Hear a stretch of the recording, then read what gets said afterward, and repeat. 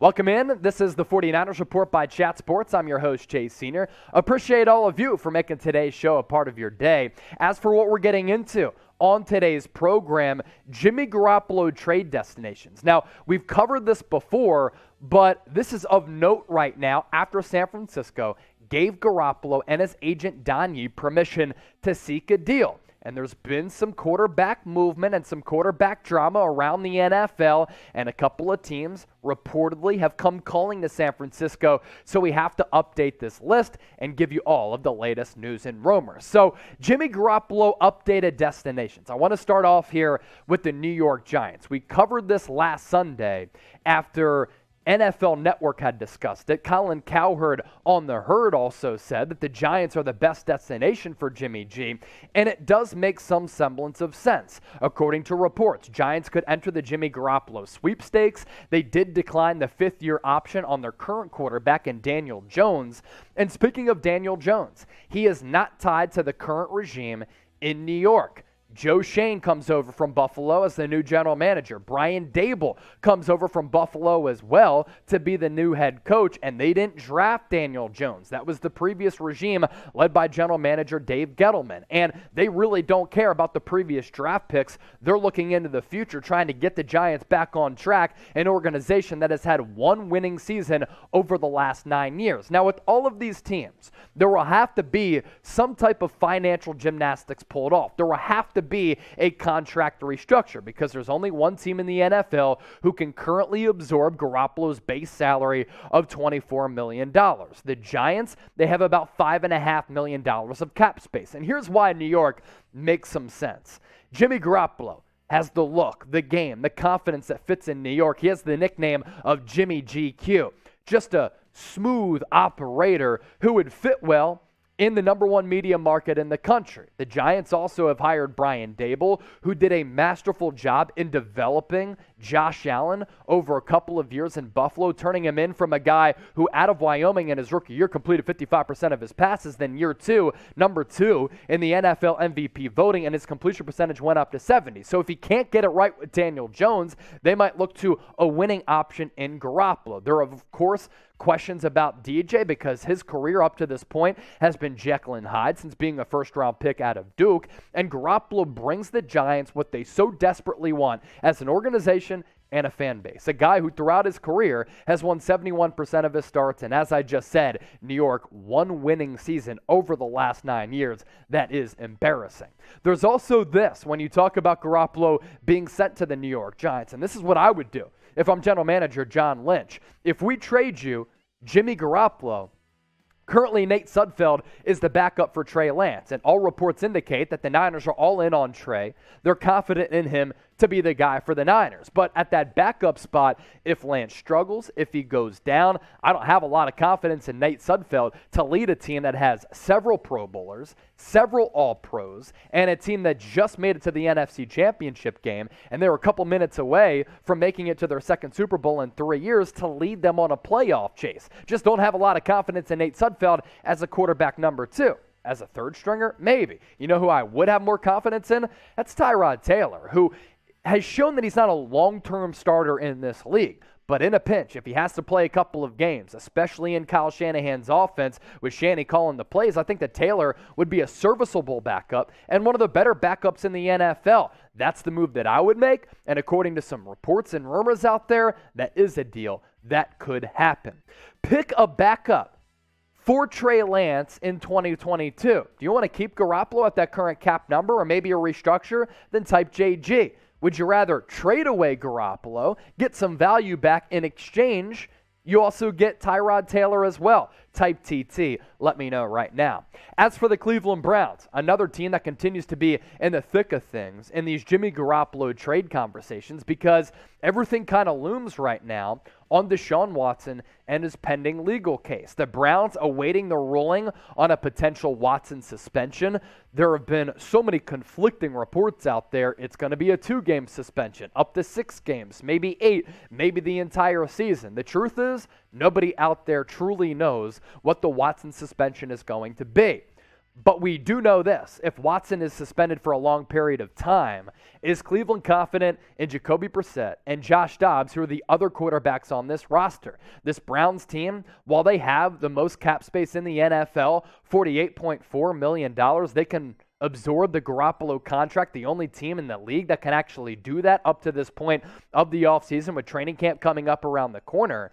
They have a really good team. David Njoku signed that big deal at tight end. They traded for Amari Cooper.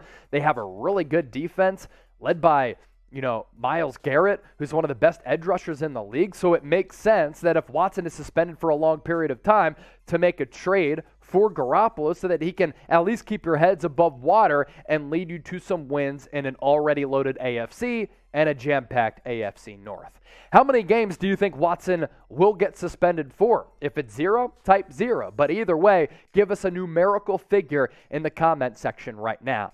Jimmy Garoppolo, destination number 3, Miami Dolphins. They're starting to enter the fold here because of a report and a quote from an NFL exec who tied Garoppolo to Miami. We'll get to that here in just a moment, but first, why do the Dolphins make sense? Well, the relationship between Garoppolo and Niners former offensive coordinator Mike McDaniel, who's now the head coach in South Beach. They were said to be very, very close in San Francisco and still maintain that relationship. And if Tua Tagovailoa struggles, which he has up to this point in his NFL career, the Dolphins spent a ton of money.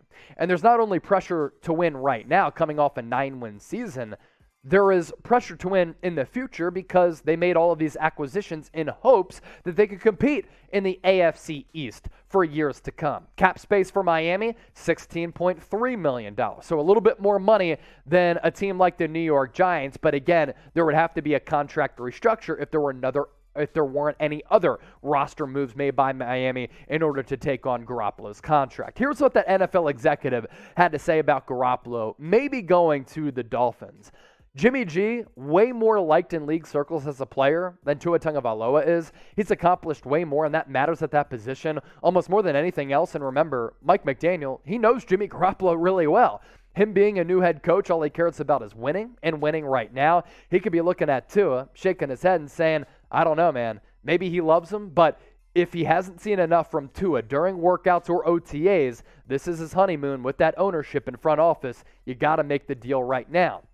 And the Dolphins have made a lot of moves to win right now. The trade for Tyreek Hill, Cedric Wilson, they beefed up the offensive line. They brought in a couple of running backs. That defense is really good. They gave Xavier Howard that large contract extension, making him one of the highest paid cornerbacks in the league. So the timeline of trading for Garoppolo does make sense. One word reaction to Mike McDaniel and Jimmy G pairing back up.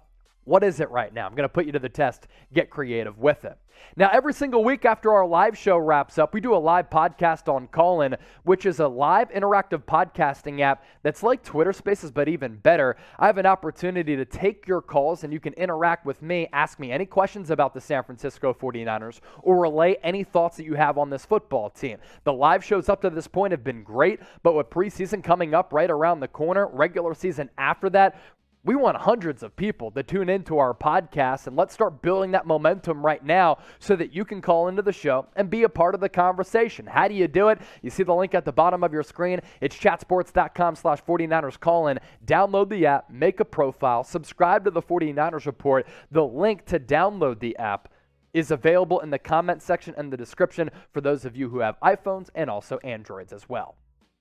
Houston Texans have been a steady team involved in some of these Garoppolo rumors over the last several months because they have ties to Garoppolo. Current general manager Nick Caserio was with the Patriots as their director of player personnel when the Patriots drafted Garoppolo back in 2014, and they do have the draft compensation to potentially give up for Garoppolo and entice San Francisco. 2 third-round picks, 3 sixth-round picks in 2023. Cap space right now, $9.1 million. It's pretty crazy that a team that finished last year 4-13 has that little cap space, but they basically paid players to go away. Their number one quarterback right now is Davis Mills, the rookie who last year played pretty well. We had an opportunity to see him up close and personal late in the year during Trey Lance's second career start. And I thought that he had some pretty nice moments, has a nice arm, it's pretty live, has really good size, doesn't have a lot of mobility, but can be that steadying presence back there in the pocket who can hang in there, take some hits, and display some toughness. For him, on a bad team with Brandon Cooks as his number one wide receiver, bad complementary cast outside of that with the porous defense to complete 67% of his passes, those are pretty solid numbers. 16 touchdowns, 10 picks, average yards per attempt, not nearly ideal at a little less than 7, and then sub 3,000 yards. But Davis Mills certainly showed that ability, but also, like a lot of the other quarterbacks who we're talking about with these teams, if he struggles as well, the Texans could also look to move off of Davis Mills and then pivot to Garoppolo for him to be their quarterback of the future. And as we talked about Nick Caserio with that relationship with Jimmy G. If you had to start your franchise with one of these quarterbacks, who would you start your franchise with? Playing style alone and playing ability. D for Davis Mills, G for Jimmy Garoppolo. I'm going Jimmy G because he's the more proven guy, and I think he is underrated up to this point. Seattle Seahawks, also on this list. Jeremy Fowler saying the Seahawks have had discussions about a Garoppolo trade, which we talked about here on the 49ers report. And here's where things get a little bit weird for Seattle in their current timeline. At 70 years old, given everything that Pete Carroll has been able to accomplish at USC, after failed stints in New England, and with the New York Jets, he's had a great career leading the charge in Seattle, 2 Super Bowl appearances and 1 ring. At 70 years old, is he comfortable with overseeing a rebuild, or does he want to win right now? Cap space for Seattle, $16+ million, so a contract restructure would also be in play. But Drew Lock and Geno Smith are the 1-2 options at that quarterback spot. It's going to be a competition throughout training camp, and there is no doubt about this, that Garoppolo way better than those aforementioned quarterbacks who really are just garbage, and Garoppolo is not. Now, here's my take on this. Would the 49ers be comfortable trading Garoppolo to an in-division rival in Seattle, a team that has dominated San Francisco over time, knowing that if they trade him there and then Garoppolo haunts them in their nightmares, it's going to be pretty tough to swallow, knowing that you gave up on Garoppolo. Now, if Trey Lance ends up being a very good starting caliber quarterback, then it'll be all good at the end of the day. But if he ends up being a bust and you traded Jimmy Garoppolo away to the Seattle Seahawks and he ends up winning a lot of games and comes back twice a year and takes you down, that will be a tough pill to swallow for the Niners. And I guarantee you, they have those conversations inside that building because we know this organization is high on Garoppolo. That's why they haven't traded him up to this point, and they've seen what he can bring to the table. Now, why the Seahawks make sense.